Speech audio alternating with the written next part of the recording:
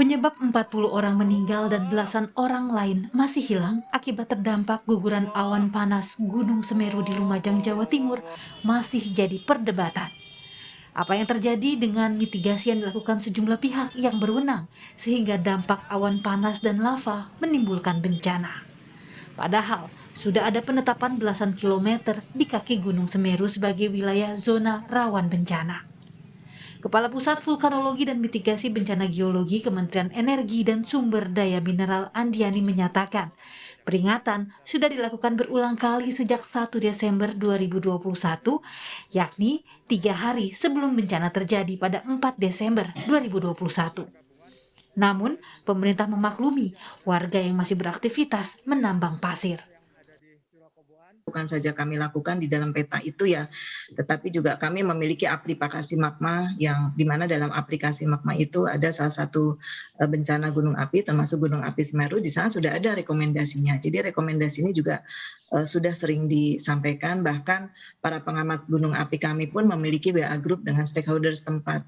Fungsinya adalah untuk menyampaikan hal-hal data-data terkini yang ada di pos pengamat dan kemudian disampaikan kepada masyarakat beserta himbauan-himbauannya.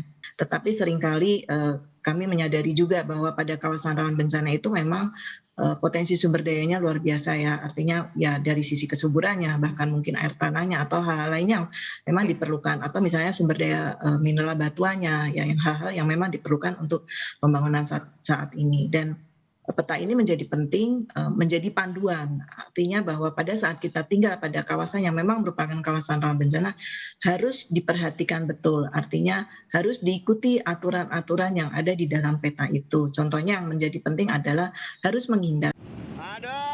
Soal guguran lava, menurut warga adalah hal yang sehari-hari ditemui warga. Menurut Bupati Lumajang, Tori Kulhak, warga sudah paham bila guguran lava turun, maka harus segera menghindar dari lokasi bencana. Tapi, tak pernah ada peringatan skala yang meningkat kepada pemerintah daerah dari pihak berwenang soal mitigasi bencana di pusat. Gimana? Guguran lava panasnya disebutkan juga dalam peringatan itu? Itu yang tidak didetailkan. Tidak didetailkan? Bahwa kemungkinan ada lahar, ada guguran awan panas. Ya, guguran awan panas di Semeru itu, Mas Aiman, ya sudah kayak kehidupan rutin. Mereka biasanya bercampur dengan lahar dingin. Berapa kilometer juga tidak disebutkan? Nah, itu yang begini, kalau berapa kilometernya, lahar dingin itu ya puluhan kilometer. Guguran lavanya Pak yang panas? Nah, itu yang pada posisi kami ini tidak dijelaskan begini. Misalnya begini, kalau kami ini ada penjelasan, misalnya berapa sih tumpukan guguran awan panas yang mungkin akan turun ke bawah.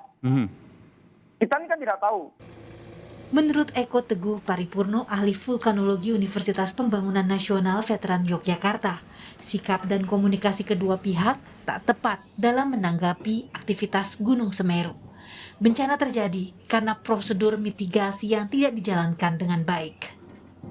Kata yang pas menurut saya adalah semuanya permisif di konteks itu gitu. Jadi kebijakan penegakan hukum jadi lemah dengan ada permisif karena mereka yang ada di kawasan rawan bencana 2 KRB 2 yang oranye itu banyak gitu.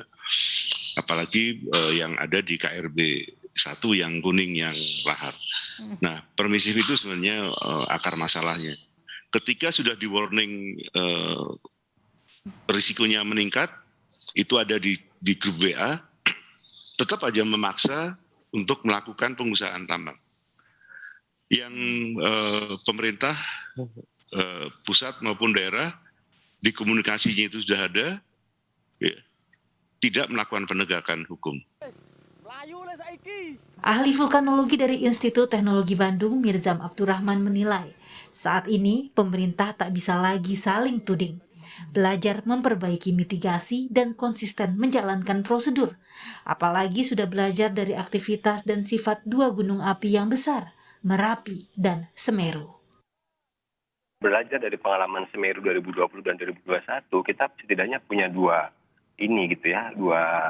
pembelajaran, bahwa letusan 2020 didahului gempa kemudian meletus. 2021 gempanya sedikit, tetapi kemudian ada hujan itu yang mencuci penutupnya, yang di mana hujan juga kemudian tadi di puncak Semeru itu panas itu seperti kaca kemudian atau kaca lentera kita kasih percikan air akibatnya dia meletik gitu. Kemudian meskipun tidak banyak materialnya kemudian dia keluar. Nah ini yang menarik, itulah Semeru gitu ya, mengajarkan sesuatu yang berbeda dari 2020 dan 2021 sekarang. Mitigasi di lokasi rawan bencana menyangkut nyawa manusia. Warga sekitar perlu edukasi, pemerintah wajib menjalankan prosedur yang berlaku. Komunikasi antar lembaga wajib diperbaiki agar penanganan sebelum bencana terjadi yang utama, tak cuma pasca bencana. Tim Liputan, Kompas TV.